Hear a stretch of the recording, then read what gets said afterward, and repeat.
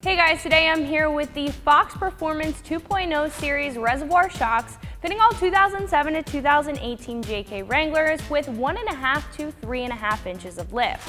This is going to be a perfect option for you guys out there looking to improve your handling with a long-lasting and high-quality reservoir shock. These will be a great option if you're out racing with your Jeep or if you're just looking for a shock that can handle being worked all of the time. So these are going to be a great option if you're looking to pair this with a lift that does not already come with shocks, or you're just looking to refresh all four corners of your Jeep, since this does come with the front and the back shocks. At the moment, these are going to be just shy of $900, which is actually going to be your most affordable option for a 4-pack of Reservoir shocks. Fox is a very big name in the suspension industry, and I think that what you're getting with these, it's definitely worth the price. Plus, you're getting a 1-year warranty, so you get a little bit of peace of mind in your investment. Install is going to be a 2 out of 3 wrenches on the difficulty meter. However, it's nothing that you can't do in your driveway with some hand tools in a couple of hours. So speaking of the install, let's jump into that now. The tools that we use for this install are a 3/8 inch drive ratchet, a 16mm ratcheting wrench, a 16mm open-ended or box wrench, a 3/4 inch ratcheting wrench or a 19mm ratcheting wrench, an 18mm open-ended or box wrench, a pry bar, an extension, a 6mm Allen key, a 16mm swivel, an 18mm swivel, a 19mm deep socket, an 18mm deep socket, and an impact gun. So our first step for replacing our shocks is to get our Jeep up in the air and take our wheels and tires off.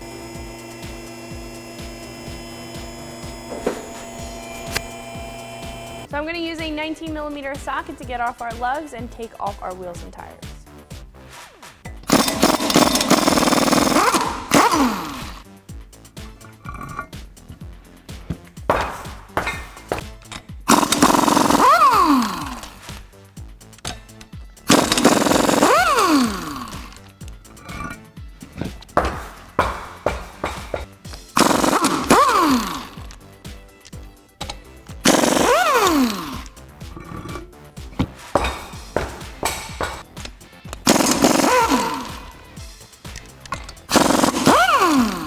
So after our wheels and tires are off, we can take a couple pull jacks to support our axle.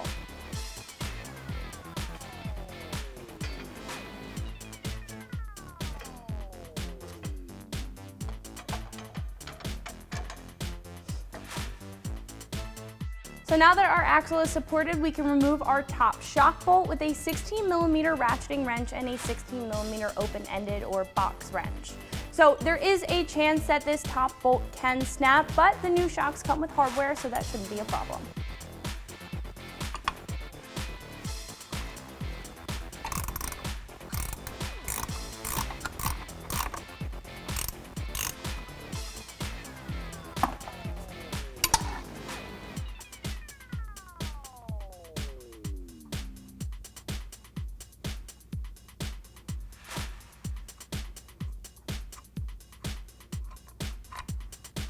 So now we can remove the bottom shock bolt using an 18mm wrench and an 18mm socket. I am using a swivel here because of clearance reasons, but if you have a ratchet and a regular socket, that should work just fine.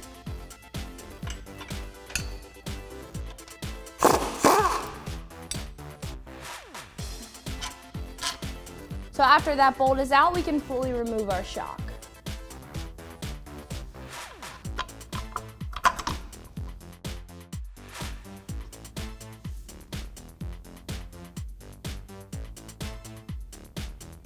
After the one shock's out, you can just repeat the process on the other side.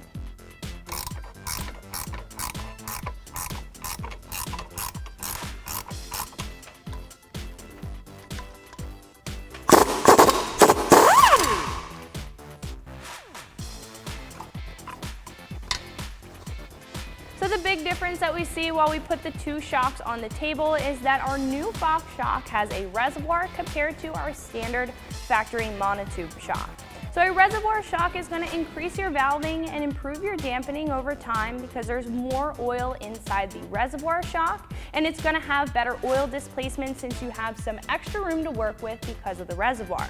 So compared to a monotube shock, whether it be hydraulic or gas charged, everything's happening in one chamber. So now with a reservoir shock, you have some extra room to work with since there's more oil. So the gas and the oil will be separated by an internal floating piston. So that's going to be really good at reducing shock fade over time from cavitation or foaming forming inside the shock when it's worked really hard, like bumps at fast speeds or excessive washboards. So this is going to be perfect for anybody who does any desert racing, any dune racing, and just any fast-paced jeeping. So our new shock is also going to be a lot more durable on the outside compared to our factory shock. And it has a 5/8 inch chrome-plated alloy steel shaft that is heat-treated, so this is going to be able to take a hit on the trail compared to our factory shock that might not hold up to any of that. You're also getting a couple of little goodies around the shock that are going to increase the durability and the lifespan. So you have a stainless steel braided line here connected to your reservoir that's going to protect your oil from any damage. You have your nitrile bushings for noise reduction and a longer lifespan over time. And you also get a clamp with this to clamp your reservoir to your shock body so it's not bouncing around on the trail. So enough about our stock shock, let's install our new ones. So now we're ready to install our new shock. I would recommend that you keep the clamp off so you can maneuver the shock around, and then you can clamp everything on at the end. So you will have to go behind this brake line to get everything lined up. So once the shaft is in the top hole, you can maneuver the shock body around just like our stock shock. So this fitting is not touching the shock perch. So before we secure down the shock with the bottom bolt, we do have to make sure that there's enough room for hardware up top. So we're going to install our hardware starting with the bushing and then the washer and then the nut.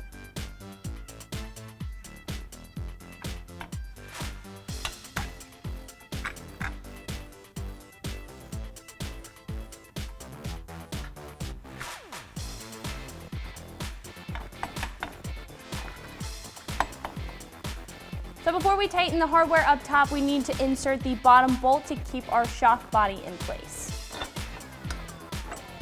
Now we can install our bottom shock bolt using the factory hardware on the bottom, and we'll be using the new hardware on the top bolt.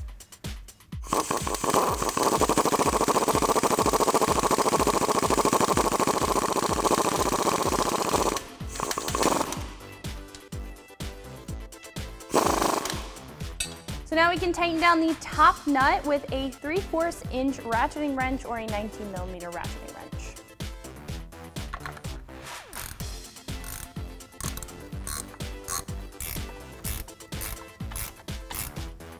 So now we can install our clamp to clamp down our reservoir to our shock body, making sure it's out of the way of any moving parts like our spring on the left-hand side and our brake line here on the right. And your line will give you some resilience to get it up and out of the way. And you can tighten down the Allen bolt with a 6mm Allen key.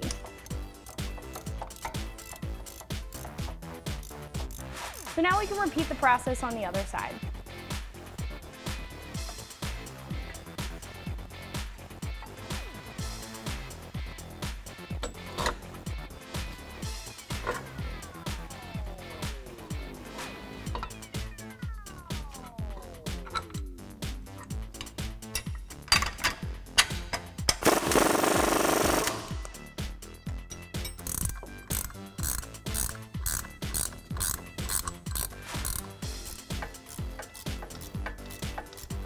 So after we're done buttoning up the front, we're going to take our pull jacks and support our rear axle in order to take out our rear shocks.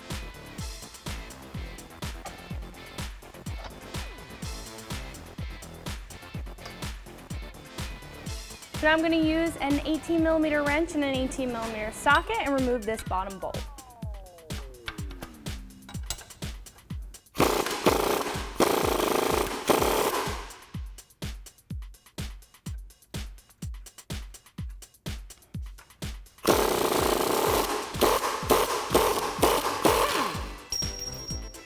So now we can remove the top two bolts that are holding in our shock using a 16mm socket.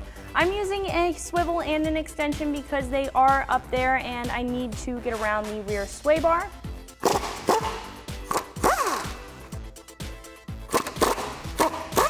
So once once all of those 3 bolts are out, we can remove our shock. It might take a little bit of a wiggle to get it out, but it should just come right out. A pry bar can help you get it unstuck, and then you can fully remove your shock. So now we can repeat the process on the other side. You might have to play around with the height of the axle to get the bolt lined up enough to come out, but it should come out pretty easy.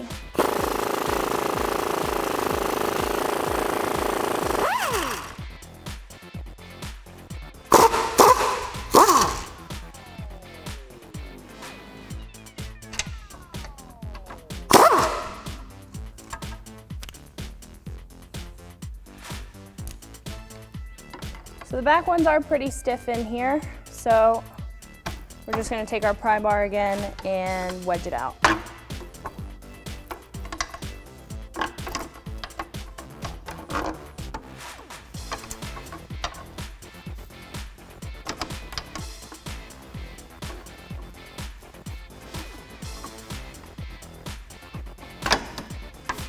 So after our rear shocks are out, we're going to lower our pole jack so we can fit in our new and longer shocks. So this is going to help our axle droop a little bit so we can line everything up.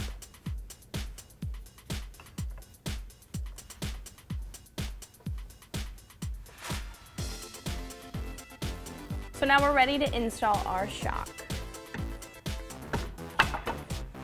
So you can let the shock sit there while you thread in your top bolts first. Then we can thread in the bottom bolt and tighten everything down at the end.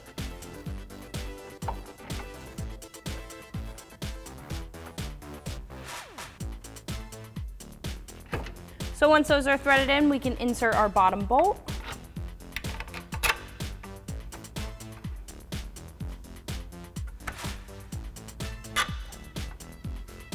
Then we can go ahead and tighten everything down.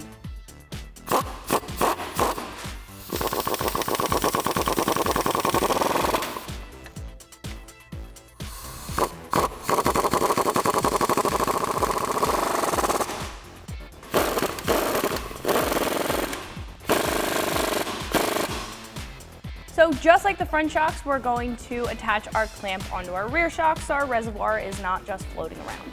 You might have to loosen the bolt a little bit to get it around the reservoir and the shock body.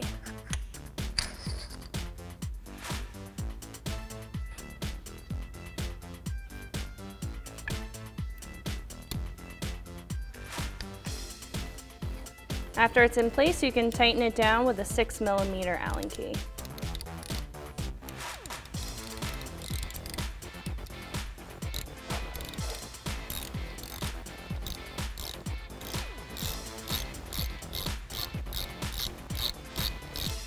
Now we can repeat the process again on the other side.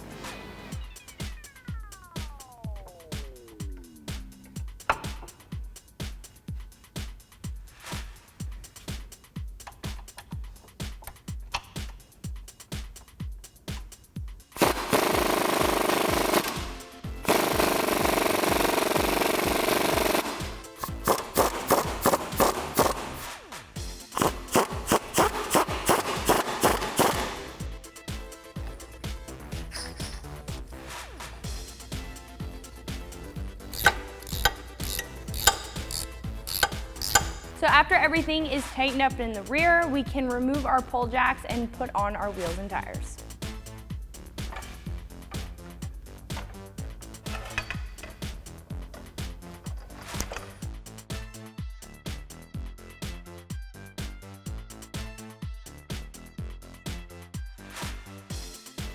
So that wraps it up for my review and install. If you're the owner of an 07 to 18 JK with a 1.5 to 3.5 inch lift, and if you're looking for a quality and affordable reservoir shock, you can find the Fox 2.0 Performance Series reservoir shocks right here at ExtremeTerrain.com.